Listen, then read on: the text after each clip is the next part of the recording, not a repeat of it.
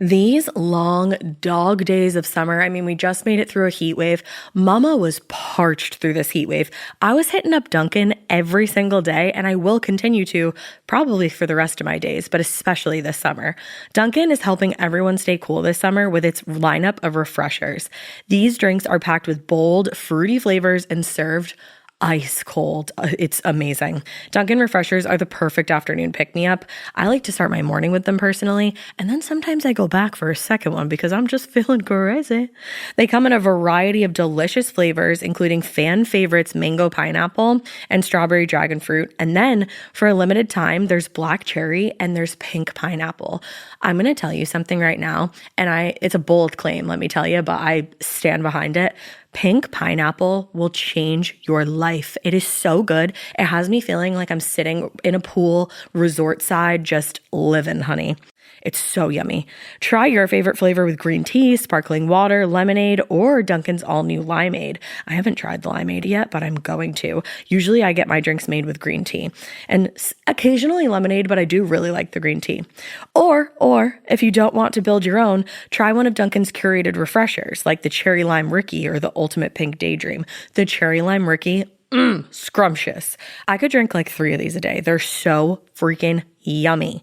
Head to Dunkin' today and find your favorite refresher. Dunkin' refreshers contain less than 1% fruit juice. Limited time offer.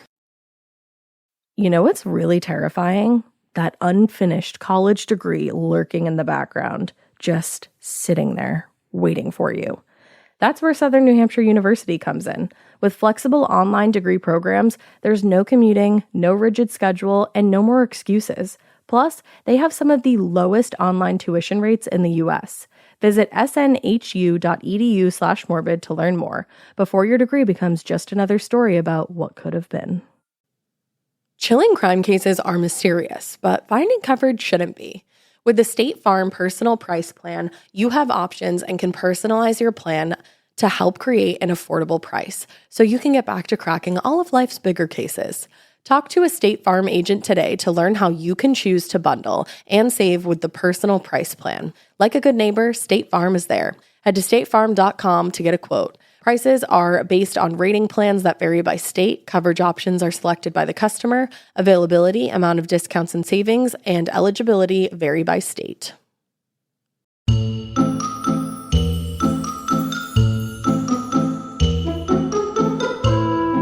Some very big news today, weirdos. Are you ready?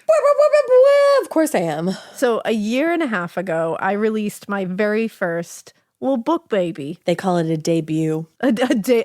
A debut. It's a debut. A debut. It was The Butcher and the Wren, and you guys made my legitimately wildest dreams come true and made me a New York Times best-selling author, which those words don't even feel like they should be coming out of my mouth, but I am eternally grateful. And now, truly, truly, truly, because of your enthusiasm and support, I am so fucking excited to announce there will be a sequel. Party. A sequel called The Butcher Game, and it's coming out September 17th. I'm quite literally so excited. I'm gonna die. So close. We're so close to it. Sorry, it's ready to go. It's ready to go. It's going to be out there. So The Butcher Game picks up right where The Butcher and the Wren left off. So if you have not read The Butcher and the Wren yet, what are you doing? Oh my God. Go get it. Get it. Go read it. Go listen to it. Go do something like that. Ingest it. I'm going to spoil it. So stop listening now if you have not read that book. Go read it and then come back to me, okay? Thank you. Also, go get the sequel on September 17th. But this time we are going to some new territory. Ooh. We are headed to Massachusetts, baby. I love it there. We're headed to the Berkshires specifically, where our ruthless serial killer, Jeremy Rose, has now fled New Orleans and is on his way up to Massachusetts to evade capture. Dr. Wren Muller, being astute as hell, you know her, she sees that there is a fresh trail of bodies that seem to be calling her back to the case. But by following that trail, is she going to walk right into Jeremy's trap? Maybe. Potentially. I don't know. This one is a truly twisted cat and mouse game, and I mean it. You've been warned. This one's twisted. And it's going to culminate in a violent clash of past and present where Wren is prepared to sacrifice everything just to bring Jeremy to justice. I'm literally so excited. This one that we got, it's longer, guys. Ooh. It's longer. It is twisted. I'm telling you. But what's really cool about this, besides, being really exciting that there's a second one coming out, our friends at Barnes & Noble are offering exclusive signed copies for a limited time. So head to the links in the podcast episode show notes for more details, and we'll share them out too. There's also going to be a fun poster for this one too. We did that for the first book. Oh, I can't wait to see it. I know, I'm very excited about it. So pre-order now wherever you like to buy books and receive a signed poster with your order. So head to thebutchergame.com to claim your free poster while supplies last. There's not going to be an endless amount, as much as I would love for that to be. I can't thank you enough for being on this truly incredible author journey with me. You guys rule. You made this happen. And I hope you love all that's to come in the Dr. Ren Muller series. Yay! I said what I said. A series.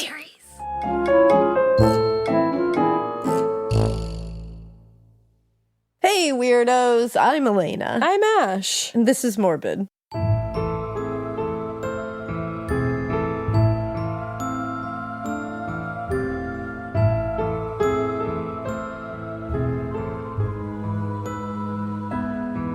It is. This is Morbid. It's morbid in the afternoon. It's actually kind of like the late afternoon currently. It is. It is. Mid-afternoon? No, like late afternoon. It's late. It's like mid to late afternoon. It's laughternoon. Woo! But that's not good Except because this not isn't at a show all. about laughing. Yeah, and also this case that I'm going to be telling you What do you have? is we're going to be talking about the lipstick killer today. Some people think of him as William Hirons. Wrong. I am not sure. Huh. I'll give you my full breakdown at the end of this. Alrighty. But this is a gruesome case. It's an awful case. There is one child murder in this case that is very terrible, but I will get through it as best as we can here. It's terrible. And the aftermath of it, them trying to figure out who actually did these murders and if they're connected and which ones are connected and all that, is the most mind-blowing extravaganza of stupidity you will ever witness. Fantastic. I love when that happens. It's infuriating. not. It's infuriating. And I don't think so. William Hirons is known popularly as the lipstick killer. Yeah. Who knows if you'll think that at the end, but The look in your eye personally, tells me I won't. I don't think he did it. Really? And do I think he was like a great guy? Probably not. But he was arrested when he was 17. And again, we're going to get into all this, but he was arrested when he was 17 and he was kind of just like a little shit. He was like a little burglar, just a little shithead. Yeah. But like Vicious, maybe not a murderer? violent child murderer? Probably not. But let's get into it, shall we? This is going to be a two-parter because, Oh no. whew. Oh gosh. So let us begin. We are going to be talking about 3 murders. Like I said, there are 2 murders of 2 women and 1 murder of a 6-year-old young girl, which I know is horrific. I just want to prepare you ahead of time. Again, I'll go through it as best as we can. And that's all in part 1. That is going to be all in part 1, and I think we will be getting more. In part 2 is going to be more the when they arrested William Hirons and all of the wild aftermath of that. So it was the summer of 1945. So we're in the mid-40s here. Josephine Ross was 43 years old. She was twice divorced at this point and now found herself a newly widowed mother living on Chicago's east side. Oh, that's so sad. Yeah. For over a decade, she had been a stay-at-home mom, raising her 2 daughters, Mary Jane and Jacqueline. Oh, cute names. And she had spent all her time and energy on everyone else, husband, daughters. But now that her daughters were grown and her third husband, Herbert Ross, had died, she kind of found herself like floating a little bit because, she had little to occupy her time, to be honest, because like it had all been spent, all her energy on them. Yeah. And she spent most nights going to movies. She loved to visit psychics. She went on many, many dates now. Like she was just out there in the dating world. She attended parties. It was a simpler, existence than the hustle and bustle of like being a wife and mother in the 40s, especially. Yeah. But Josephine and her daughters, none of them found any fault in this lifestyle that she, like her dating a lot or anything like that. Like no one was concerned, and no one was like, she's going out too much. You know? She's just living her fucking life. And in fact, in early June, Josephine had visited a tarot card reader, and this tarot card reader had told her that her future looked very promising and that she would likely be remarried by the end of the year. Oh. And the lawsuit over Herbert's life insurance claim that was like really clouding over her at this point. It was I'll get into it a little more, but it was over like medical, malpractice. what they assumed was like medical fraud or something like that. It was going to be, she said it would be settled in her favor. Okay. So that was all good news to her. She's Hell like, yeah. great. And on the morning of June 5th, Marianne, one of her daughters, stood at the bathroom sink getting ready for work and listening as her mother told her all about this tarot card reader's predictions. And the whole life insurance thing was that she'd been fighting this case for like a year since Herbert's death because they claimed that he had falsified medical records. Okay. She was going to be like coming out on top on that. So she was happy because it was coming to an end. She was finally going to be paid out the insurance money. And as for the psychic's prediction of marriage, Josephine's boyfriend, Oscar Nordmark, had actually already proposed. Oh, shit. But she had yet to formally accept. She was mulling it over. Oh, She what was a like, queen. good for you, girl. And later, Mary Jane would remember how happy her mother seemed that morning as she saw both of her daughters off for work. Oh, no. With her daughters out of the apartment for the day and really nothing on her calendar that day, Josephine was like, you know what? I'm going to have a me day. So she changed back into her purple robe and decided to go back to bed and have, a later morning. So relatable. Good for you, to self-care. Now, Jacqueline, one of her daughters, returned home for lunch around 1:30 p.m. that afternoon. She unlocked the door as she entered, and she expected to find the apartment and her mother as she had left them earlier that morning. Mm-hmm. Jacqueline was absolutely stunned when she walked in and found that the apartment had been totally ransacked. Chairs, other furniture were all turned over. Drawers were pulled completely out. Everything in the drawers was strewn across the room. Ooh. This may be reminding you a bit of the career girl murders that I covered in my last case. You literally took the words right out of my mouth. Yeah, there is a little bit of like, obviously they are not connected in any way, but no. There's some weird similarities in some of the case aspects. Yeah. Papers and other items were littered all over the floor. I mean, it was a mess, like a bomb had gone off. And Jacqueline was obviously and understandably immediately terrified. Yeah. But she was thinking of her mother. So she ran into the bedroom she shared with her mother, and that's where she saw her. Oh my God. Josephine was lying across the bed. Jacqueline, her daughter's red skirt, was wrapped around her head. Oh my God. And a pair of silk stockings was wrapped around her neck.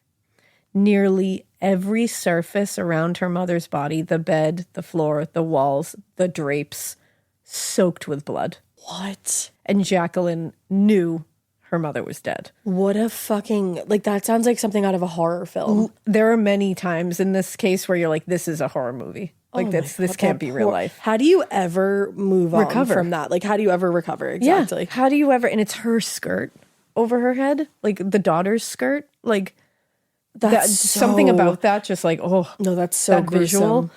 Now Jacqueline called the police, and they arrived at the apartment a short time later. And as far as Mary Jane and Jacqueline could tell, the apartment had obviously been ransacked and trashed.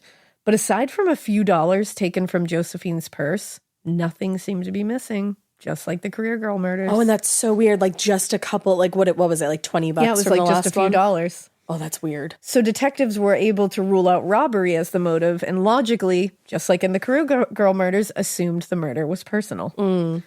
That was a theory that grew some legs when the coroner briefly examined Josephine's body at the scene and discovered that while the area around her body had been, completely saturated and soaked with blood, the body itself looked like it had been washed at some point between the killing and when the killer left the apartment. What? She had been washed down.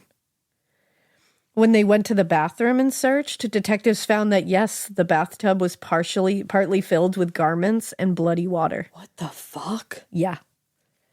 Now, when they removed the skirt from her head and stockings from around Josephine's head and neck, investigators discovered the actual cause of death.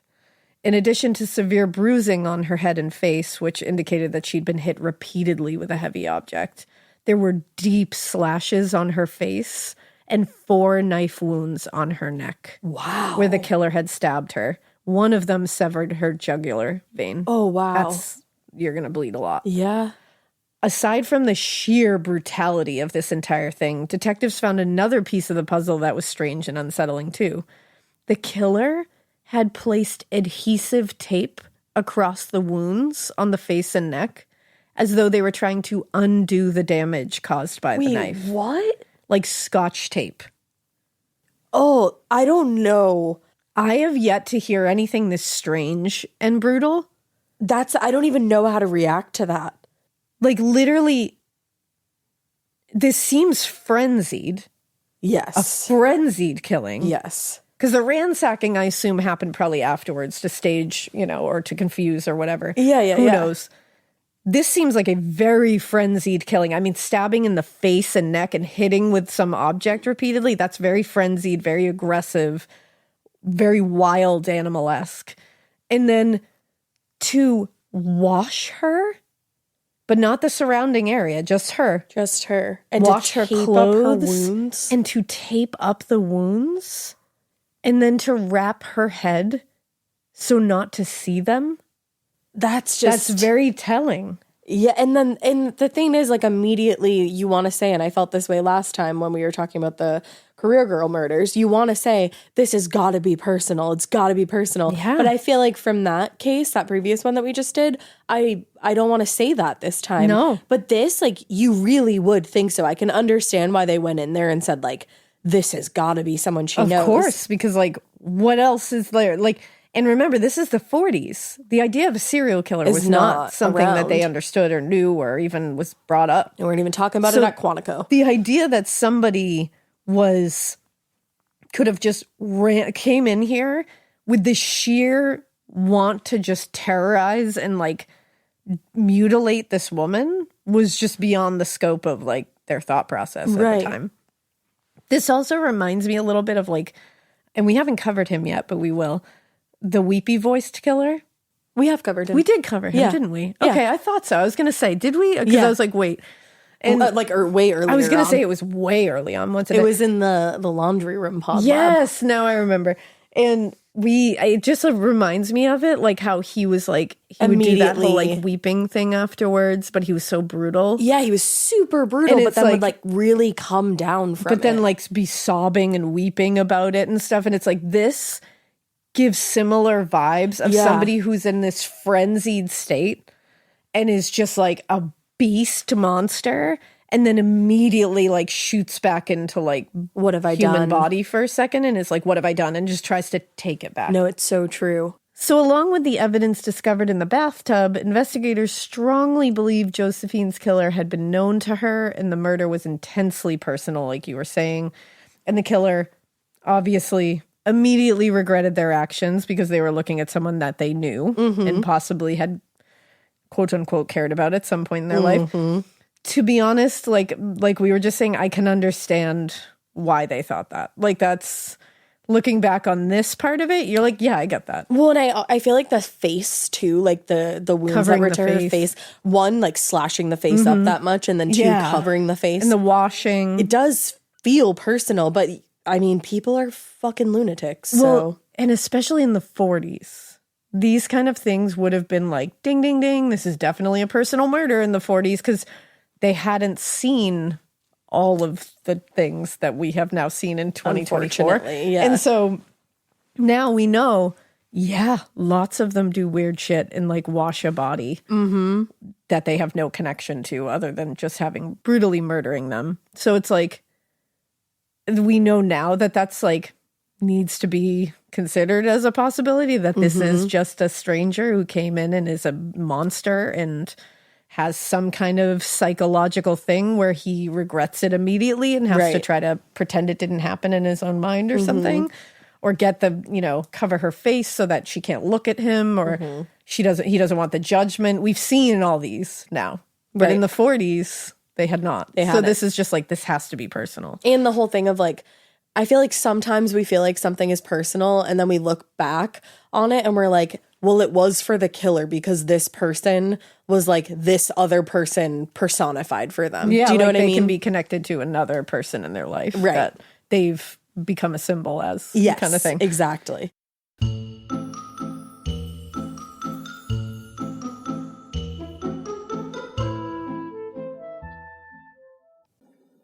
Getting paid twice a month doesn't mean money is scarce. It just feels that way.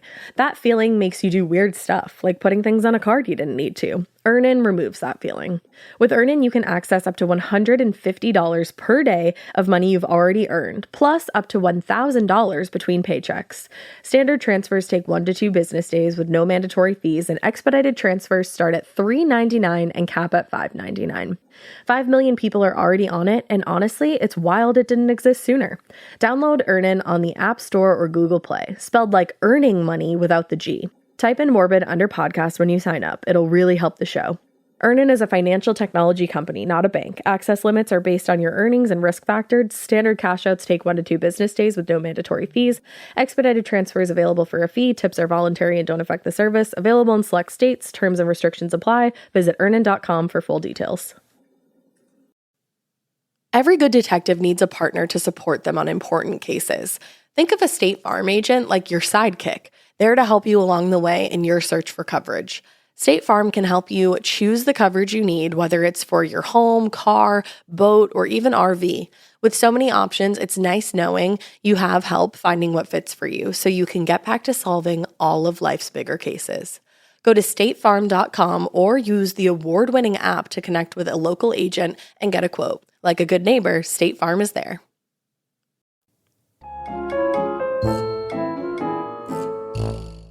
Now, based on their theory that Josephine knew her killer, police immediately started looking around into her personal life. You know, I said she was going on dates. She was almost engaged at this point. And they were quickly identifying the most likely suspects that they at least wanted to talk to. Her would-be fiancé, Oscar, and her on and off again boyfriend, Chester Rice, were the first two that they looked at. Of course. Oscar Nordmark had an airtight alibi for the afternoon of the murder. And that's the would-be fiancé? Yeah. Okay. And his alibi was that he was with another woman. Well, you know, I guess yeah. they were... So he hadn't got a solid yes, and he did she not. also had, you know, so what are you going to do? And this other woman, Frances Soran, was able to say, yes, he was with me at the estimated time of death. All right. Besides, while Josephine's daughters had never really liked Oscar, they also said they could not envision him ever hurting their mother or murdering her. Like, they were like, no, we might not like him, but he's not that guy. Okay. Chester Rice, on the other hand, seemed like he could be a more likely suspect. Was he violent? Chester Rice was an ex-convict who'd served several years in state prison for a series of grocery store robberies. Oh. He had unfortunately been a presence in Josephine's life for more than 2 decades at this point. They were on and off again. And although the two had carried on an affair at various points since first meeting, and Josephine and Mary Jane had even lived with Rice for a short period of time, Josephine had never really taken their relationship that seriously or was ever really willing to commit to him. Despite him really trying to lock her down a few times, she was like, oh, no, thank you. Okay. Like, it was just kind of like a convenient thing, like, whatever. Like, Yeah. The casual rejections, though, had been a point of contention between them for years, particularly in recent weeks. Oh, no. Since Josephine had announced her intention to possibly marry Oscar. Oh, no. This all moved Chester up to the top of the suspect list. Now, a friend of Chester's, though, Louis Breitsprecher, I think it is, told police that he'd been with Chester at several different taverns on the morning of the murder and had been in a car with Chester Rice at the time of Josephine's death, effectively ruling him out as a suspect, which was unfortunate because they thought they had like a clear suspect. I guess fortunate and unfortunate. Now, aside from the 2 cleared suspects, investigators really had little to go on. But the janitor did report having seen a dark-haired and well-dressed man in his 20s or 30s leave the building by way of the fire escape sometime between 12 and 1 p.m. Also, to think of this man as a well-dressed man. Like a Patrick Bateman Yes. kind of situation. Like doing this, that's really terrifying. Apparently, he was wearing a white sweater with what appeared to be bloodstains on the front, according to the janitor. Another neighbor also saw this man and confirmed the physical description, though they had nothing really to add to the description. They just said, yeah, that's what he looked like. Later that afternoon, FBI agents in Chicago arrested 32-year-old Lawrence Gates. Lawrence was a fugitive from California who'd fled the state to avoid prosecution on a burglary charge. Okay. While Gates was in custody, FBI agents believed he closely matched the description of Josephine's killer, and given that he was staying just a few doors down from the Ross's apartment, they contacted Captain Frank Reynolds to notify him of the potential suspect. Got it. Unfortunately, it was quickly determined that Lawrence Gates was not responsible for Josephine's murder, and within a couple of months, investigators had exhausted all their leads. Like, as soon as they brought him in, they figured out he had an alibi, everything was checked out. So they're just back at square one. And without any new evidence or suspects in the Ross case, the press quickly lost interest in the story, which is I'm sorry, what? wild. And they moved on to more sensational news items. The press in this case will have your head exploding. They usually do. Yeah. I'm also just like, what the fuck is more sensational Yeah. than this? Like, for the press. You know Yeah, what I mean? Like, when you're looking at it from Yeah. that view. Well, news moves fast in a city like Chicago. And by the winter of 1945, most people had unfortunately forgotten about the murder of Josephine Ross. It had just Wow. kind of been pushed aside for newer things that were happening. So crazy that really is how, like, How it works. how the media works. Yeah. But her story would finally return to the front pages in December after yet another murder, this time of 33-year-old Frances Brown. Although she was born in Indiana, Frances had moved to Chicago in 1934, and she was working steadily as a stenographer when the U.S. entered World War II in 1942. Now, like many young women at the time, she was very eager to support the war effort, and so that summer she signed up for the WAVES, which is Women Accepted for Voluntary Emergency Services. What a badass. Which was a federal program that trained women in non-combat skills like radar technician and mapping, like mapping to assist Navy fighters, like awesome shit. Yeah, very like Rosie the Riveter kind of stuff. Very much. And it's like, and they're like important positions that they were absolutely. volunteering to do. And Frances's position with the WAVES required her to travel for training. And first she headed to Naval Station Great Lakes outside Chicago and then to Washington, D.C.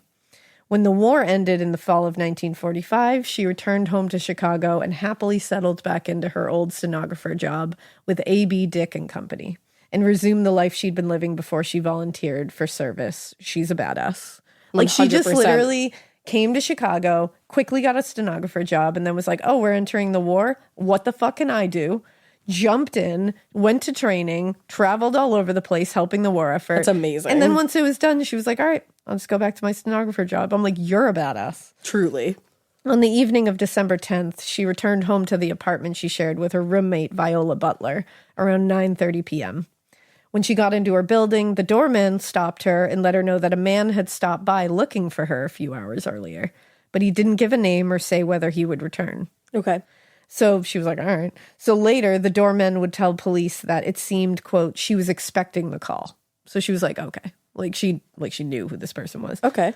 Once upstairs, Frances called her mother to discuss her travel plans that she had made for an upcoming holiday. And then she went into the bathroom to wash her hair and got ready for bed. Very normal evening. Totally normal. The next morning, the cleaning woman, Martha Ingalls, arrived at the apartment. She was immediately concerned because she found the front door of the apartment slightly ajar. Oh, no. And there was very loud music coming from a radio inside at a time when both Frances Brown and Viola Butler would normally be at work. Right.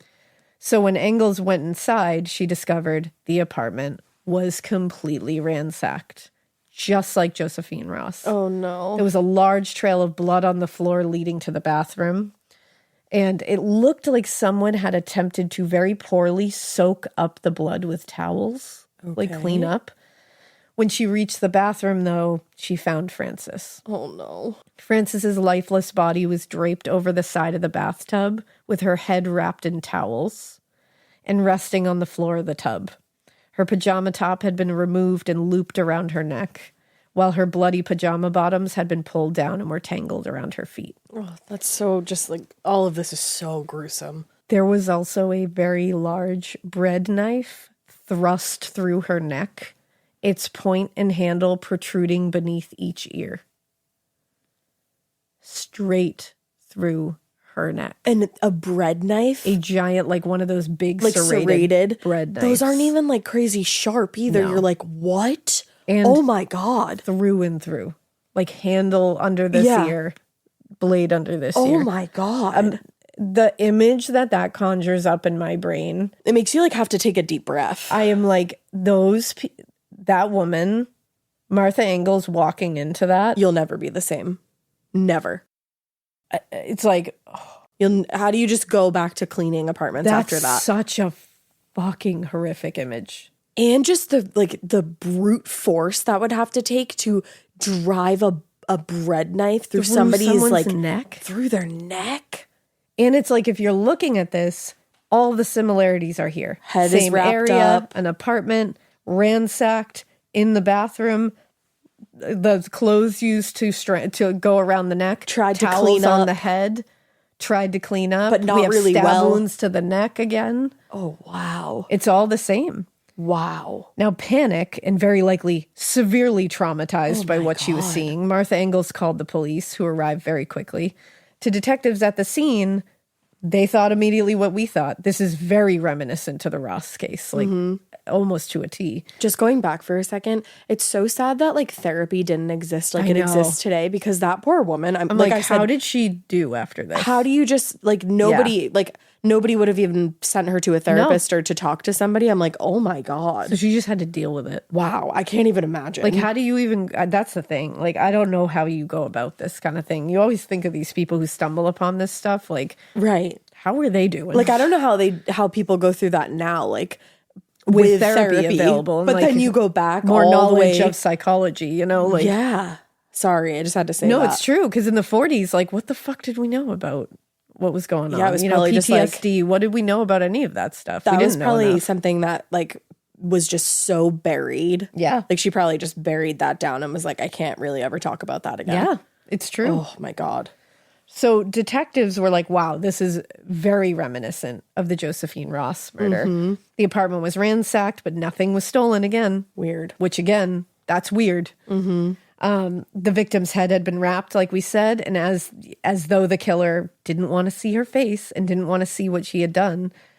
And the body had been washed of blood, like completely washed Which again. is so strange. And despite being found nude in the bathroom, or partially nude at least, Frances, like Josephine, had not been sexually assaulted. Neither one of Interesting. them. Even though, like, the pajama pants are down by her ankles. And Do you think that was like a staging thing? possibly? But That's then you what's think of how frustrating. frenzied this person must have been, and it's like, But they weren't frenzied all the way through. Not They all the took way time through. to wash this person. They took time to wrap their head. They took time to put them somewhere. But it almost seems like they're doing all those things, like wrapping the head because they can't bear what they've done, and washing them because they can't bear what they've done. So why pull her pajama bottoms down after that? Maybe to just confuse. Yeah. Or very likely in my thought process, and I don't know if anyone will agree, when Martha Engels said she walked in, there was a trail leading to the bathroom She of was blood. dragged. She was dragged and her pajama pants pulled down Sure. as she was dragged. That does make sense. Yeah. So it does seem like maybe that's a possibility. And maybe that's not supposed to be posed at all. And he Right. just didn't want to touch her anymore. And Just happened. Now, the knife through Frances's neck obviously would have been enough to cause her death. However, when the coroner removed the several towels wrapped around her head, they discovered the actual cause of death to be a large hole in her head. Oh my God. Caused by a .38 caliber bullet fired at close range. What? And she lived in an apartment building? Oh yeah, don't worry, people heard. What? Yeah. In addition to the head and neck wound, Frances had also been shot in the right shoulder and stabbed in the chest with the same knife that the killer had put through her neck. Oh my God. And there were small cuts on her hands and the webbing between her fingers. Oh, God. Indicating that she had fought her Yeah. attacker. Now, always desperate for a story, the press arrived at Brown's apartment right behind the police, and reporters just freely roamed the apartment. Jesus Christ. Mingling with detectives, taking photos. It was one of those reporters who, after entering Brown's bedroom, called out to everyone that there was something they needed to see. Oh, no. In the bedroom, written on the wall in red lipstick, was a message that anybody who knows about the lipstick killer case has seen this message. Several photos exist. You can look them up. They're not, you don't see crime I already scene. saw it, yeah. You just see the message. It says, "For heaven's sake, catch me before I kill more. I cannot control myself." Which, again, is so similar to the weepy voice killer. Yes. And it's so chilling. Yeah. And as for in the Ross murder, a window was found to be open when police arrived, which they determined was maybe the killer's point of entry, but all prints appeared to have been wiped away. So they cleaned up. They made sure they didn't leave anything. A few days later, when technicians returned to finish processing the scene, a single smudged bloody fingerprint on the back of the bathroom door jamb, that's all they could find. Wow. One single smudged fingerprint.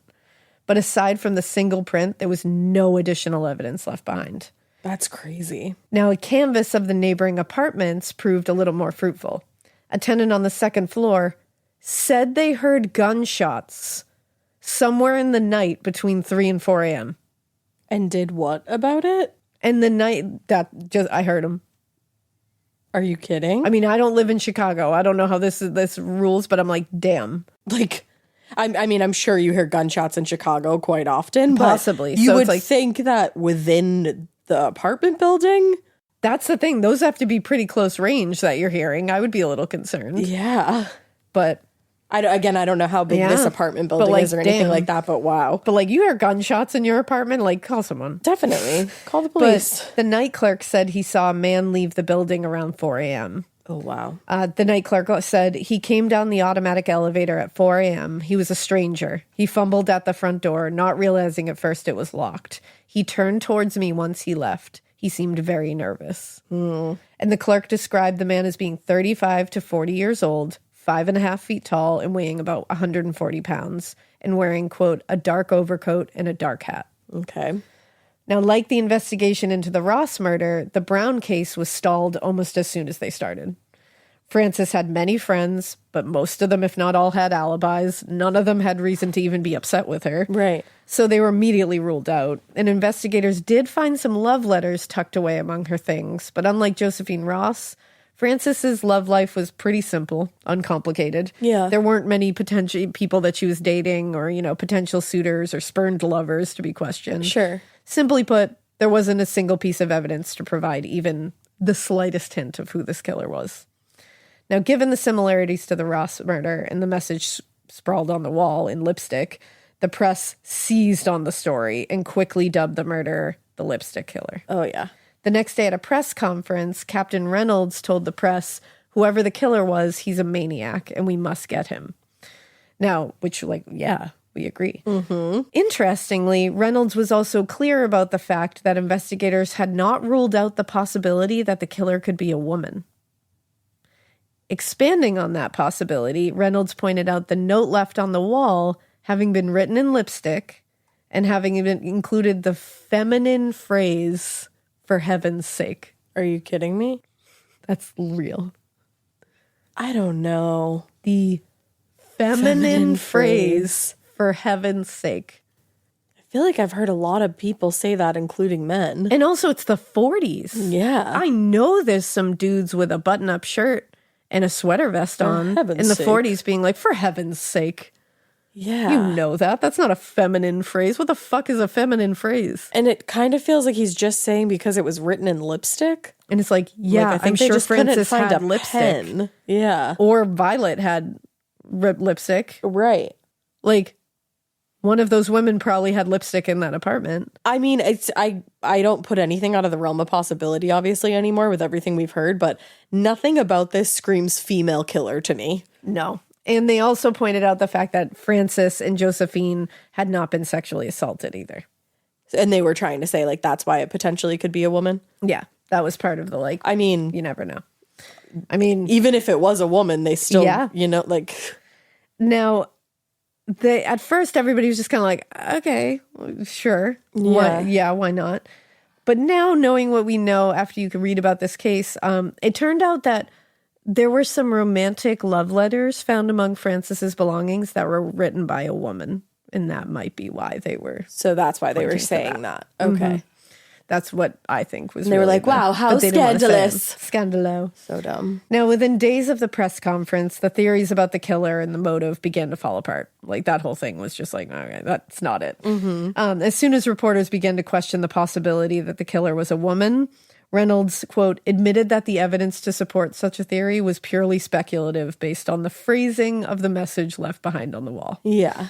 People also pointed out that the theory that this killer was just some unhinged, raving madman was unlikely as well, because they had the presence of mind to not only sneak in and out of the building successfully, but also they thought to wipe down any surfaces they might have touched to make sure they didn't leave behind fingerprints. That's cunning at the very least. Also, all the eyewitnesses are seeing a man leave. Right, exactly.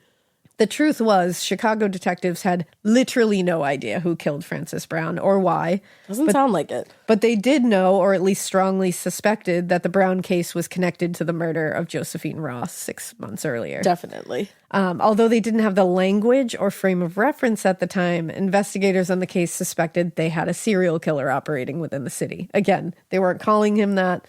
They didn't have that language back then. Yeah. But basically just someone compelled to kill for deeply psychological reasons that would most likely only make sense to the killer. This Jack the Ripper type of slayer, as they called him, which doesn't roll off the tongue quite as well as serial killer. No, it sure doesn't. Jack the Ripper type of slayer is what they were calling him. Imagine if we just had to say that every time we talked about a Jack serial the Ripper killer. type of slayer. That'd be a lot.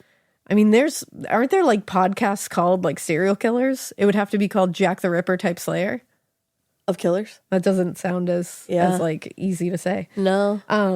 So they said that he had a lust for bloody killings and reasoning that defied the conventional beliefs about murder at the time. However, while they believed this individual to have been the man who'd called on Frances earlier that evening, they were still no closer to identifying him, which is interesting that they immediately thought it must be that guy that stopped by looking for Frances, which I'm like, I get it. I get why you're thinking like you at least want to talk to that guy. Right. But I'm like, I wouldn't like totally pin it on him yet. Yeah, like, that could just be like a friend. Yeah. No, while investigators struggled to make literally any progress in this case, the press weren't as quick to let the story go as they had been in the Josephine's murder. Well, especially now that it's happened twice. Yeah. Unlike the Josephine Ross killing, which everyone assumed at the time was a one-time murder, this case now suggested that there would or could be more brutal deaths until the killer was caught. Right. In fact, the press really didn't help the matter or do anything to ease the feelings of helplessness felt by the women of Chicago at the time, because they published an interview with Frances's roommate, Viola Butler, who insisted Frances had no enemies. And Butler said, quote, "You just couldn't be jealous of Frances. She never gave anyone reason to be." And the portrait of Frances that Viola painted with reporters was one of a chaste, much-loved, and deeply respectable woman. Right. She said, quote, "Frances was not much on going out. She knitted and did fancy work. She was self-effacing, hardworking, and cooperative." Oh. And if someone like Frances Brown, who by all accounts sounds like this fucking ideal, like amazing human being, friend, human, worker, woman, everything, just everything, if she could meet her end this way, like anyone some brutal, could. evil stranger could come in and kill her this way, then no one's safe in Chicago at this point. No way. So that's when we get into my least favorite thing to talk about, which is the murder of a child. Yeah. Just want to warn you, that's what we're going to talk about next. Now, the unsolved murders of Josephine Ross and Frances Butler had everyone in Chicago on edge, obviously, with a growing demand for police to show some evidence of progress. It was really one of those where a lot of pressure was put on them, obviously, to catch this killer. But they were not taking it as one of the best instances, I think, personally, of like so much pressure being put on a police force and them handling it completely perfectly and not sinking to the pressure to just nail someone is the Delphi murder case. Yes. As frustrating as it was to wait for so long. And how as a totally outside person, not as like a family member or anything like that. Not. I can't imagine how they felt. But everything was kept so close to the chest in that investigation. And they bided their time and they built a case and they took care. Like, I think that was a very good example of like, I know there's a lot of pressure here and I know everyone wants all this information. but we cannot trickle it out. Like, you got to just wait until we are able to give it to you. And I think that's such a good way to, and the results spoke for themselves. They were able to close it. So this, though, was the exact opposite. They could not handle the pressure. They could not handle the criticism. They couldn't handle any of it. And it wasn't even that long. They just couldn't handle it. Right. But unfortunately, there was a very growing demand for them to show any kind of progress at all. And little did they know, however, that the recent rash of violence was going to reach a pretty fucking horrifying peak here. On the evening of January 6, 1946, less than a month after the Brown murder, Helen Degnan tucked her 6-year-old daughter, Suzanne, into bed and kissed her goodnight before saying goodbye to her husband, Jim, who was headed to a wake that evening with plans to return home later that night. When Jim Degnan returned home around 11 p.m., he took the neighbor's dogs out for a walk, which I was like, that was really nice of him, then returned home and got ready for bed. And he mentioned later that at this time, Suzanne, who was 6 again, was going through a phase of having accidents, wetting the bed. So Jim and Helen had gotten into a habit of checking on her before the last one of them went to bed, just to try to avoid any accidents, bring her to the bathroom, let her go. They just kind of like woke her up. Right. And he said, quote, "She awakened that night and we were talking and fooling and joking with her." Oh. Jim later recalled of the last time he saw his daughter. He said, with Suzanne having gone to the bathroom and sent back to bed, he and Helen also retired for the evening, but were awoken a short time later when Helen said she heard what she said. She can't be sure, but she thinks she heard her daughter crying. Okay.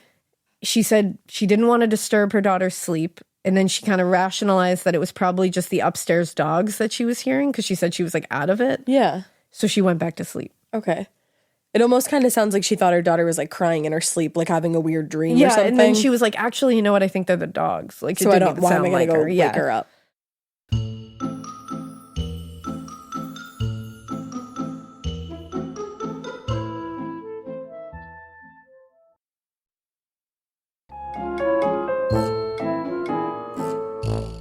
So Jim woke up the next morning around 6:30 a.m. and started getting ready for the day. And he finished shaving and went down the hall to Suzanne's room and found the door closed. He assumed, she was still asleep. So he opened the door and he was very surprised because he didn't find his daughter in bed. Right. And he said what was more alarming was that the window, which had only been open a crack the night before, was now wide open. Oh, no. Hoping their daughter was just playing some trick, Jim and Helen sent their other daughter, Betty, upstairs to their neighbor's apartment to search while they checked each room on the floor of their house. Together with the neighbors, the Flynns, the family searched the entire house, but Suzanne was nowhere to be found, and Jim wasted no time. He called the police right away. In 1945, things were different. A missing child, quote unquote, wouldn't have raised the kinds of alarms that it raises now. A lot of police precincts at that time would just be like, oh, they're probably playing. This part of the show is brought to you by Anua, the Korean skincare brand known for scientific, gentle, yet effective formulations. The latest from Anua is the Retinol Collagen Gua Sha Cream, a firming cream with a gua sha-shaped tip built right in. Have you guys heard of gua sha? It's that viral massage tool that moves fluid and tension out of your face. Less puffiness, a snatched jawline, honey, more definition in your face. Retinol firms and reduces fine lines, and collagen keeps your skin plump and structured. This cream has both of those things, arguably the most optimal combo for that snatched, lifted look all in one step. I am obsessed with the Gua Sha cream. First of all, it feels so cool to the touch. When you put that on your face, it's just like, this is lovely. It's like a little spa treatment that you can give yourself. I like to do mine at night after I get out of the shower. I rub the cream on my face with the little gua sha. I'm sculpting that jawline, honey. I got it on the cheekbones. And actually, I had a facial the other day, and the lady doing my facial, the professional, she said, "Do you use a gua sha at home?" And I said, "I do." And I said, "How did you know that?" And she said, "I didn't have those little like bumps in my chin or like different areas like that." So she could tell that I was using the gua sha. And I said, "Oh my God." I just feel like I wake up less puffy in the morning when I do it the night before. But you can do it whenever you want to. I, 10 out of 10, recommend this product. The Anua Gua Sha Cream value set is available at anua.com, already discounted. Use code MORBID for an extra 10% off. That's ANUA.com, code MORBID. The Sherwin-Williams summer sale is here. Get 30% off select paints and stains or 35% off their newest product, Emerald Symmetry, July 17th through the 27th. Whether you're looking to refresh your interior or your exterior, they've got the colors to bring your vision to life. And with delivery, getting everything to your door is easier than ever. Shop online or visit your neighborhood Sherwin-Williams store. Retail sales only. Some exclusions apply. See store for details. Delivery available on qualifying orders. Trick. Right. They probably just run away. They'll probably be back by supper time. Don't worry about it. Like, it was very weirdly normal for them to just not be alarmed by this. Right. And they'd be like, oh, don't worry about it. They'll be back by dinner. But Jim Degnan was a person people respected. And he had some renown because he was an executive with the Office of Price Administration. Oh, okay. Wow. So he used this influence to call in a favor with local law enforcement and the FBI. I mean, I would too. I absolutely That's your would. You 6-year-old pull kid. that shit. Like, you use that. Absolutely. So soon after the call was placed, the Degnan home was crawling with detectives and FBI agents, all very eager to solve this case and find this little girl before the press was able to make a big story out of this whole thing. Now, despite their best efforts to keep the press at bay that day, by 10 a.m., the house and sidewalk out front were crawling with reporters and photographers just trying to break the story. That's so fucked up. Because of the intense public scrutiny over how investigators were handling the Ross and Brown murders already, among other recent crimes, like, it's not like those were the only two. There were other crimes that they were bumbling and not handling, right? Oy vey. Investigators were intent on taking their time to comb every inch of the scene and avoid any further blunders or criticism. They were like, let's do this right. Now, outside the house, just below Suzanne's window, her bedroom window, investigators found a wooden ladder that appeared to be the means by which the kidnapper had entered the home. This reminds me of like the Lindbergh baby. I was just going to say that. Yeah, so they were able to get through it by the open window is what they assumed. Yeah. A cursory search of the girl's bedroom turned up really nothing unusual at first. There was no sign of any blood. It didn't appear that there was like a giant struggle. Nothing was broken, fallen over. Right. But on the floor beside the bed, detectives found a handwritten note on a thin piece of paper resembling a discarded tissue. And when it was unfolded, the note was discovered to be a ransom note. Oh, no. But it said, get $20,000 ready and wait for word. Don't not notify FBI or police. Bills in 5s and 10s. Okay. But it's like, it doesn't say where, when, how to deliver this money. Right. Just wait. Just get the money and wait. The note was covered in an oily substance. And on the back, the kidnapper had written a postscript that said, burn this for her safety. What? Now, it was obviously too late to avoid contacting the police or FBI. But Jim Degnan nonetheless proceeded to gather the money. Because he was like, I'm going to meet these demands. The problem, though, was, like I said, there was no information to contact the kidnapper, where to deliver the money, any information to cooperate. Just sit around and wait. So without any other options, and he's not just going to sit around. He was like, fuck this. No, my 6-year-old is missing. Jim Degnan went on a local radio station, WMAQ, to indicate his willingness to cooperate with the kidnapper and plead for his daughter's safe return. Yeah. He said, if you have any sympathy or understanding in your heart, you will return the child to the family. He said, please let me know what I can do, how I can contact you. I'll give you the money. I'll do anything to get my child back. If you harm her, God will repay you. Please, please do not harm her. Oh, God. Which, like, honestly No, I makes me have a genuinely ball can't. in my throat of like, oh. So the press coverage in Degnan's radio broadcast prompted a wave of responses. So some people were reporting tips. And of course, there were other pieces of absolute fucking garbage claiming to be the kidnapper, wanting to get the money. That's so gross. You have to be the lowest fucking form of human being to do that shit. I say it every time, but Truly. you gotta be the lowest fucking form. No, it's so true. Like, congratulations. Because you're going to claim that You're you kidnapped subterrestrial. a Like, 6-year-old and yeah. you didn't? But none of them proved credible, even the tips. Wow. So just assholes. And honestly, unfortunately, none of it would matter by the end of the day. Later that evening around 7 p.m., and this is very gruesome, 2 detectives were searching the area around the Degnan home when they noticed that the dirt around a nearby manhole cover looked disturbed. It looked like somebody had recently tried to access the sewer. Yeah. When they removed the cover, they shined their flashlights down into the sewer, and they saw what they first thought was a doll's head floating on top of some debris in the water below.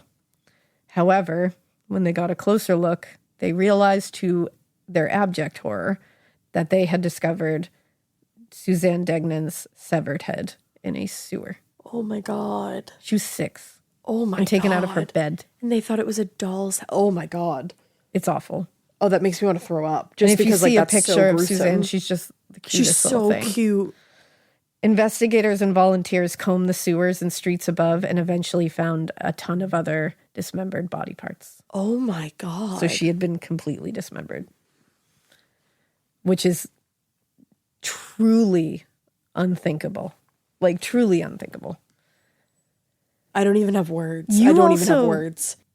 Nothing about this reminds you of the Ross Not at all. and Brown case. Not at all. Nothing. Not the victim type, not the How way they- in which she abduction. was, the fact that she was abducted, not the way in which she was killed, Nothing. the ransom note. The ransom note, And also, like, it's like, did you even look at the handwriting between the ransom note and the they do eventually. message left on the wall?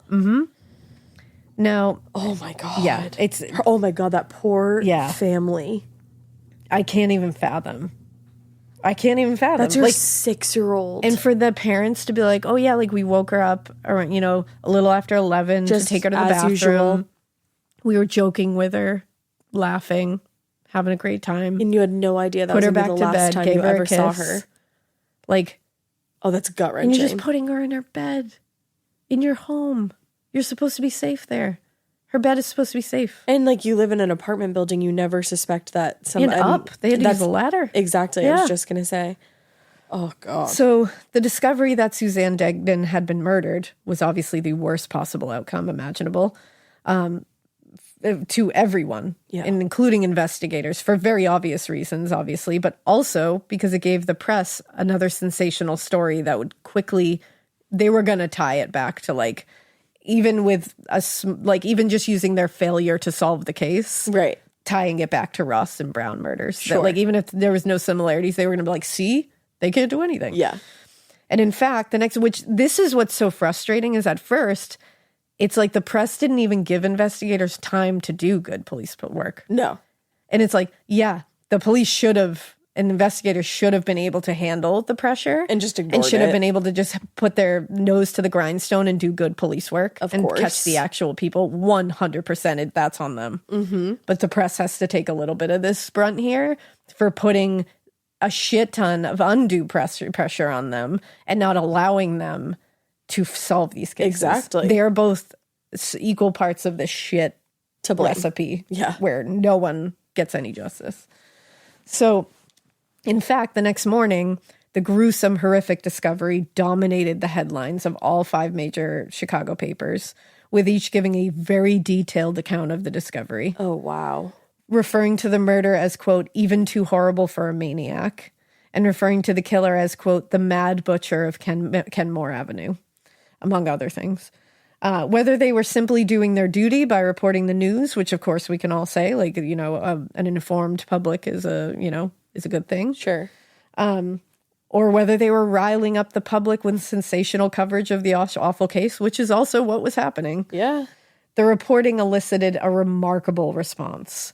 Just hours after the news broke, 2 citizens called the Chicago Tribune to separately offer $500 rewards for the arrest, conviction, and execution of Suzanne's killer. Wow. Now people were like ready for blood. Like Yeah. people, which I would also be that way. You dismember a 6-year-old. I mean, Yeah, you gotta go. Yeah. You gotta go. That's what I'm like. Go for it.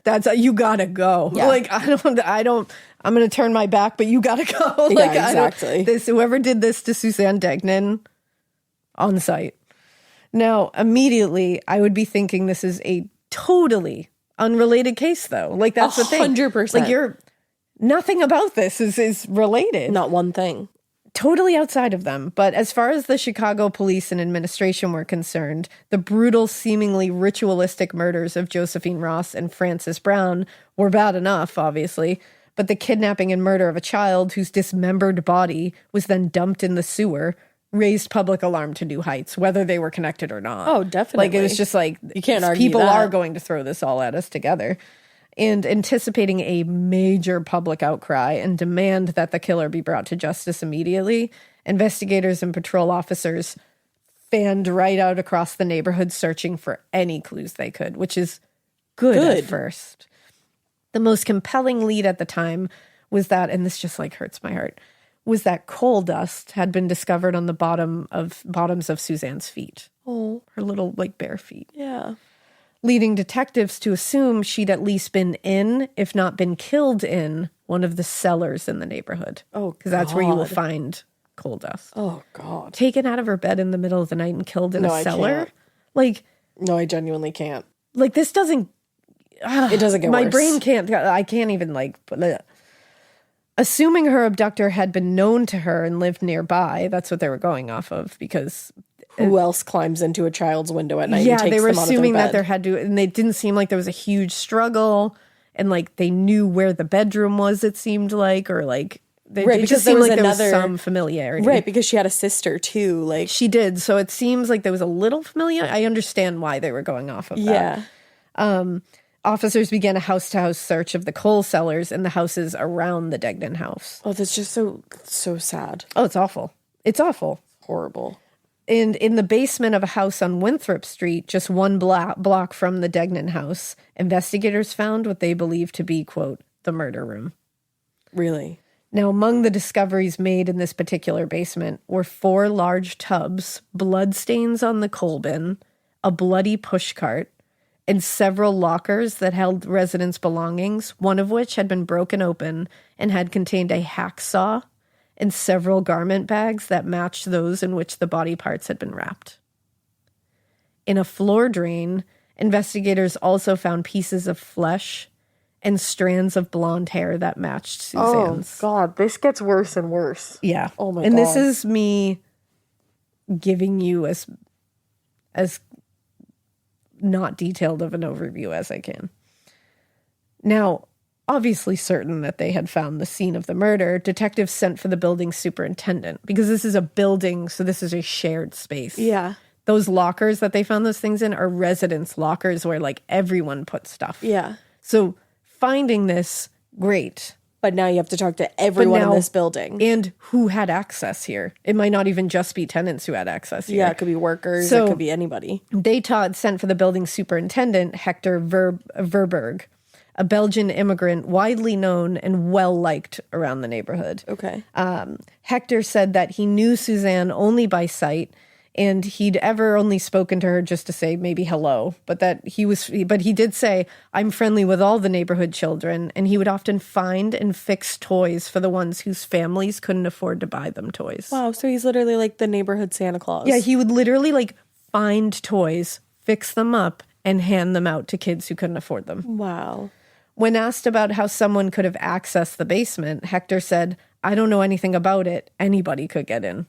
Oh. According to Hector, only he and the tenants in the building had keys to the basement, but he said, but the windows were always open. Anybody could get You in. could break right in. And especially if this asshole broke into a window, through an open window to get this young girl, Right. they would have easily went through another window to do something. Like they're not opposed to going through open windows where they don't belong. Right. Now, given his access to the building, police became immediately suspicious of Hector I don't know about that. and escorted him back to his apartment, where they discovered a standard-sized saw and hatchet with nothing on a them, lot of people have saws. which were taken into evidence. They showed no signs of having been used in a crime at all. Yeah. At the station, detectives began interrogating Hector, who was initially very cooperative, but then became decidedly less so as the night wore on and it became very clear that they were trying to make him a suspect. Meanwhile, patrol officers were still canvassing the neighborhood and started speaking to neighbors about Hector, all of whom were shocked to hear that he was even being considered a suspect. Yeah. By all accounts, Hector was, quote, an indulgent parent and grandfather. Oh. And hardly seemed the killer type. One neighbor told the press later that day, quote, he just couldn't be the murderer. Why, he loves children. He has 7 grandchildren of his own, and he'd spent every minute with them that he could. He couldn't have killed that little girl. No. Like, they were just like, no. No, it doesn't sound like it at all. The more investigators learned about Hector, the less likely it seemed that he was a sadistic killer of a 6-year-old girl. He was very actively involved in his community, engaged regularly with friends and neighbors, and according to those who knew him best, he was, quote, harmless as a fly. Wow. Now, more importantly, though, Hector's wife told police her husband always went to bed at 10 p.m., and he had indeed been in bed around that time on the night Suzanne was taken from her room. Yeah. And also, many other people in the neighborhood reported seeing a suspicious, bareheaded, heavy-set man either parked or driving slowly through the neighborhood in a gray car around 2 a.m., a description that didn't match Hector. That's such a creepy description. I know. I don't know what, it's just like you put it all together at 2 a.m. A bald, heavy-set man driving a gray car slowly through a neighborhood. And you have to think like this person climbed up a ladder and took a child out of their bed and then went right back down that ladder. Like, Yeah. a 6-year-old is like a pretty grown child, Yeah, you know? absolutely. Like, I just don't think an older man did this. No, I don't think so Again, I either. don't know what shape Hector is in or anything like that, but But he's like a grandfather to Yeah. 7 grandchildren. I don't know. It just doesn't feel right.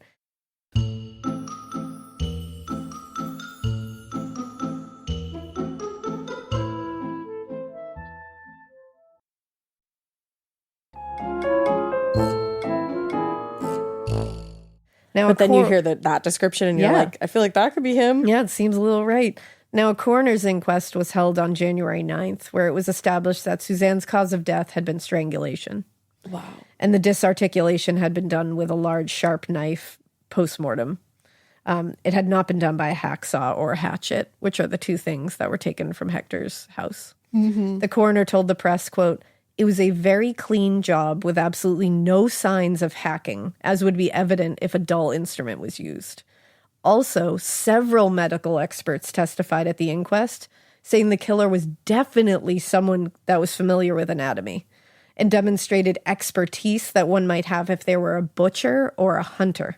Oh, wow. And Jerry Kearns from the coroner's office said, quote, "The killer had to be an expert at cutting meat because the body was separated at the joints. Oh, God. Not even the average doctor could be so skillful. It has to be a meat cutter." So these Need a boost? Sometimes all it takes is tapping into your inner cool.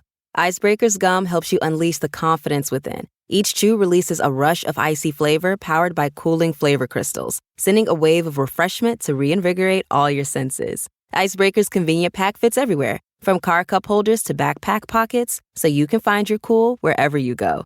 Grab Icebreaker's gum online or at a store near you. Getting scared is one thing. Getting a thrill is, well, you want more of those in your life. The Genesis GV70 is built to thrill, baby. A thrilling yet elegant design always makes driving the GV70 an exciting adventure. Its powerful athletic stance screams performance and turns heads. Everybody's looking at you, girl, or boy, or whoever. Command the road and experience a class-leading standard 300 horsepower. Oh my God. Plus, discover the different dynamic drive modes for all different terrains. Choose between the different terrain modes for whatever road conditions you may encounter. The Genesis GV70's award-winning technology and performance lets you drive with comfort and drive with confidence all at the same time. It's an exciting SUV with intuitive tech that can make your ride smooth even when the road isn't. And its blind spot cameras allow you to see what's next to you. It's like having eyes on the side of your head. That's pretty iconic. Its performance, by the way, is measured not only in power, but in how it makes you feel confident, sexy. The Genesis GV70. Learn more at genesis.com and feel the GV70. medical experts are like, it is a meat cutter. Well, that's like, so, even just to think about that I detail, know, it really is so horrible heinous. to think of it that way.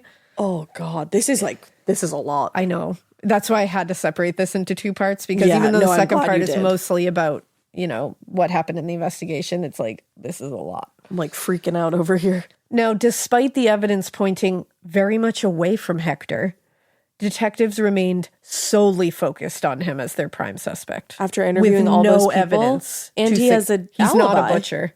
He's not a butcher, and he has an alibi. He has an alibi. He has character witnesses that are all like, nah. And it's he like his didn't do it. alibi is just as good as one of the first guys in one of Yeah. those murders that his girlfriend was like, no, he was with me. It's like his wife was like, no, yeah. he went to bed. Oh, this gets worse. No. As if to justify their focus, Detective Jack Hanrahan told reporters, quote, "In the furnace at Hector's apartment building, several small bones were also found, which might have been from the arms of little Suzanne." What? Literally told reporters that. A And that's not true. detective said to reporters, "We found little bones in this man's furnace. They might be this murder victim's little arm bones." On what fucking grounds do you have to say that? Because guess what? No, they're not. What? Upon analysis, the bones were fucking animal bones. And but that fact, when it came out, didn't receive any attention because Detective Jack there had already been like, said, by the way, guys, bones are in his fucking maybe furnace. These are tiny little baby arm bones. You think? Think about that. Like, that's him literally being like, wow, isn't that fucked up? Like, you have no fucking basis to sit here and suggest that these bones are from her arms. Who the fuck are you? You're a detective. You don't know shit. Name one of those bones. Seriously. Name a bone in the arm, Detective Jack. I fucking guarantee you can't. Do you think, too, that, like, obviously... It infuriates me. Yeah, obviously there's media pressure here, but you also said this man is an immigrant. I'm sure racism played a part in this. Thank you for saying that, because that does play into it. 100%. Yes, exactly. It is infuriating. Infuriating to think that this man went to reporters and said, we found bones in the furnace. Which, like, and before what having are you doing any information telling about reporters that, that you're not that supposed at to all. say that shit, you idiot. Like, bones at all. But then to insinuate. And then to just be like, I don't know, maybe they're baby arm bones. Who's to say? Like, it's just like, what? Where the fuck did that come from? Like, who even says that? That's insane. Like, you're an idiot. I want to, like, junk punch this man. Honestly. I don't know where he is. Jack Hanrahan, like, I'm going to junk punch you someday. But you were from the 40s, so. I was like, I think he's probably dead. You've probably been junk punched. But either way. Already, I think you got junk punched. Exactly. So life junk punched you, I'm sure. But they were animal bones. But again, no one got that in the not press. Gonna stick no, in no your one mind wanted to like hear the that. other thing. No, they're all just sitting there being like, "Oh my god, did you hear? Did you hear about they Hector? found arm bones in his furnace?" Like, that's you know that's what everybody's saying. Oh my god, this poor man. Yeah. So for their part, the press did little to exercise any objectivity or practice responsible journalism at all. At all. Frequently mixing the gruesome details of the case with statements about Hector and emphasizing his immigrant status. Of course, I knew that was coming. His limited English language skills. Are you fucking, like, what the fuck does that have to do with anything if the man has good English skills or not? Doesn't matter that everyone around him thinks he's a great guy and that he has 7 grandchildren, has an alibi, has a wife that's willing to corroborate his alibi. And look, English is also, our first language and we just stumbled. Yeah, exactly. Are you fucking kidding me? And collects toys, fixes them up, and gives them families to in children need. whose families cannot afford them. Yeah, Right. let's forget all that. And just be like, well, he's an immigrant. What the Okay, fuck? yeah, thank you. Totally, that's But helpful. isn't that, like, genuinely so insane that some people's minds think like that? Mm-hmm. Like, they will completely ignore that chunk of information and just look at, well, he's an immigrant. Well, he's an immigrant. It's like, okay. And it's like, okay, and? literally nothing to do with this, but thank you so And? much for playing. And in the days after the murder, James Frutel, a neighbor of Hector's, recalls how some people began to turn on Hector. No. He said, quote, one of the tenants in our building came rushing up to me, red-faced and wild-eyed, declaring that they should have lynched him. Oh my God, Jesus Yep. Christ. And this is the detectives and the press's fault. Yeah, absolutely. 100%. And racist fault Although he hadn't been charged with any crime at all, whatsoever. investigators continued to question and harass Hector and his wife, demanding that he consent to a polygraph examination. When he refused and continued to protest because he's like, what the fuck? I didn't do anything. Their tactics became more aggressive and they attempted to beat a confession out of this grandfather. Oh my God. However, when even a literal vicious beating failed to elicit a confession, because he was just like, I'm beat not the shit admitting out to of killing him? a child. Beat the shit out of him. Still wouldn't confess because he's like, I didn't kill a child. I'm not going to agree to it. Good for him to Detectives like, wow. released Hector and declared him to no longer be a suspect, reasoning that if he still denied any involvement after, and this is what they said, by the way, they said, if he denied any involvement still after suffering such abuse, he must be innocent.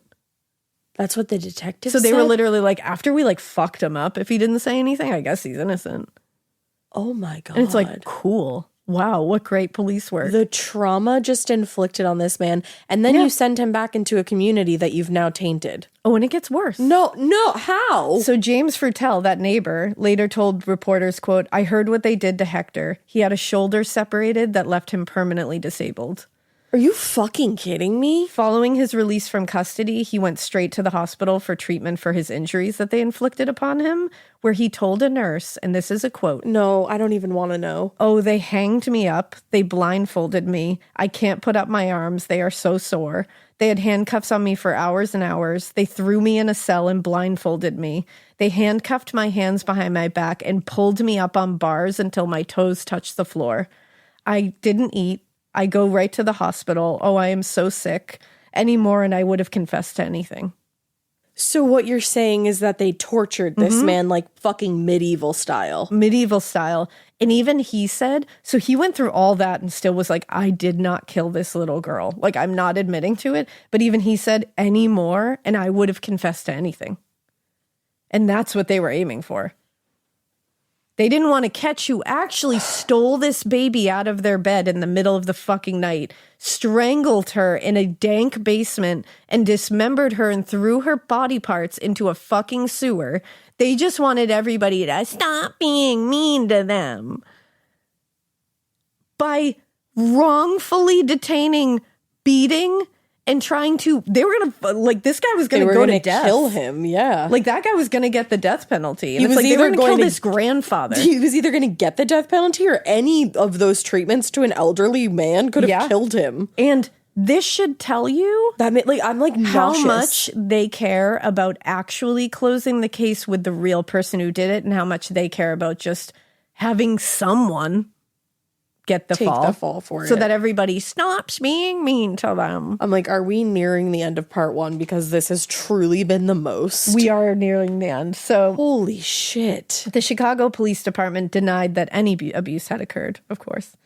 But Hector and his wife and another suspect, who was briefly detained during this time, filed a civil suit against 7 members of the department. If you tell me that they didn't win this fucking suit, I'm leaving. Alleging physical abuse, false arrest, and unlawful search. And they won. The night before the civil trial was set to begin, the Chicago Police Department settled for $20,000.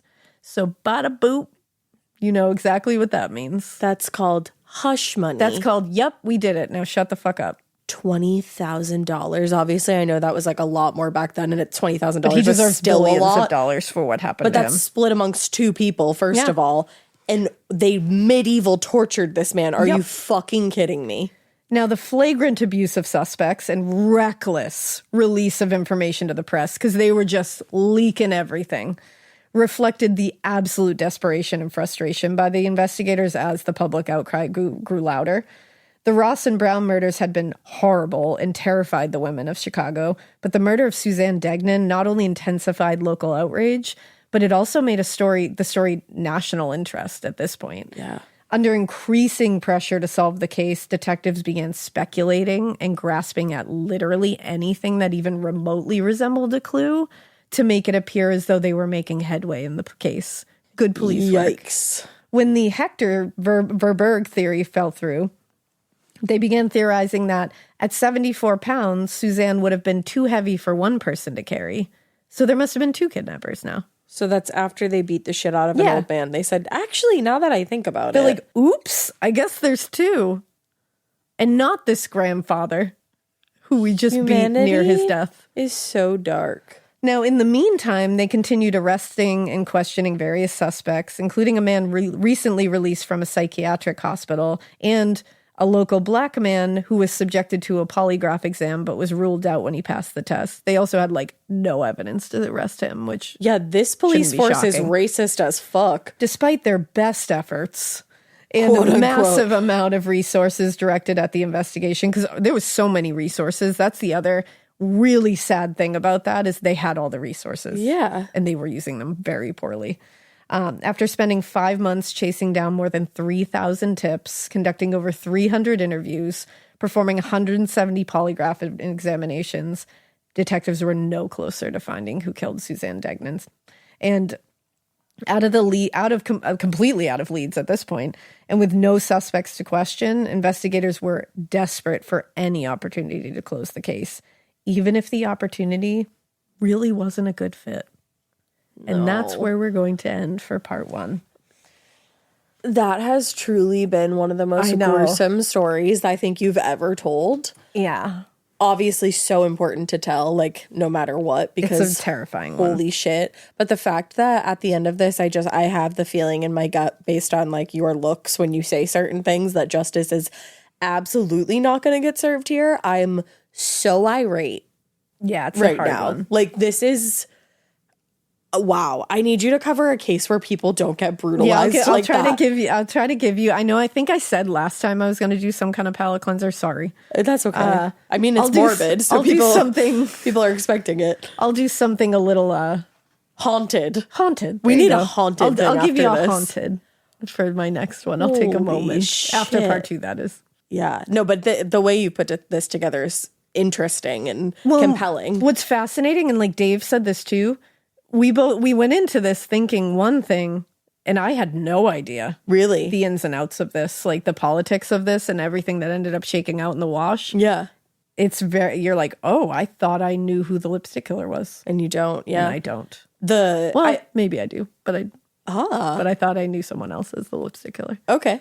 I've always heard of the lipstick killer, but I never knew any of the details, like whatsoever. Brutal. I actually thought there was like lipstick messages at every scene. Like I think I just assumed that throughout hearing about it. Wait until we kind of touch on that message again in part 2. No. Part 2 has a lot of shit that you're going to be like, I'm sorry, what? I get to the point where I don't even know what to say sometimes with like the complete you just said, no. It's like me and the Lizzie Borden house again. No. I get to the point where I don't know what to say though, because of the complete just like it's just shocking. It's so asinine sometimes that you're just like, I don't have words for that. We're going to be talking about a lot of mishandling and a lot of shady ass investigative work, if you can even call it that. That makes us so angry. I feel like there's a myriad of things that make us angry in a case, but like the mishandling and the level to which some people mishandle a case is just, you sit there like, how did you even feel good about this? Yeah. Like, that's the thing. Like, how do you rest your head at night? And how do you go like pose for the pictures like, we got him, Yeah. Like, fuck off. It always reminds me. It always reminds me of West Memphis 3. Because that is so infuriating. When they just fucking patted themselves on the back and were like, we got him. And it's like 3 kids to prison. Yeah. But actually, I forgot. Mikey just let me know, because I never know our schedule, that we do have there is a palate cleanser in between these 2 cases. So you heard the 2 girls, 1 ghost. Lizzie Borden. Oh my God. house. So it was like a nice little preview. I forgot that's between. So like, okay. Yeah, strap in. So you'll hear me go, no. So no. All right. Yeah. Well, with all of that being said, and you're welcome for the palate cleanser, we hope that you keep listening. And we hope you keep it weird. But not so weird as the Chicago Police Department when all this shit was going down, because woo-wee. Oh, hell no. Oh my God.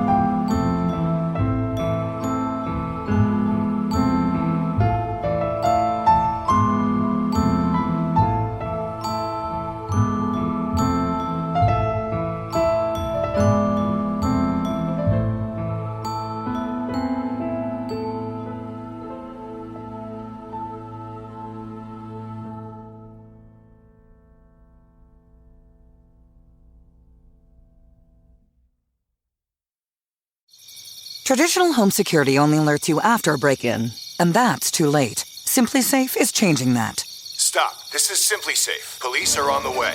We don't just alert, we stop crime before it starts. Simply Safe, plan starting around $1 a day. Save 50% on your new system with professional monitoring at simplysafe.com/SXM or with promo code SXM. Outdoor deterrence requires a Simply Safe Active Guard outdoor protection plan starting at $49.99 a month. Visit simplysafe.com/licenses for alarm license information. Tennessee 2012. You wouldn't take financial advice from a 72 hours in a single day alpha influencer, would you? Same goes if you're in a car accident or any accident. Who you choose matters. That's why Morgan & Morgan exists. They're the largest injury law firm in America, and they've built a reputation by actually winning cases, not just talking about it. Over 1,000 lawyers across all 50 states and $30 billion recovered. Injured? Go to forthepeople.com/podcast. That's forthepeople.com/podcast.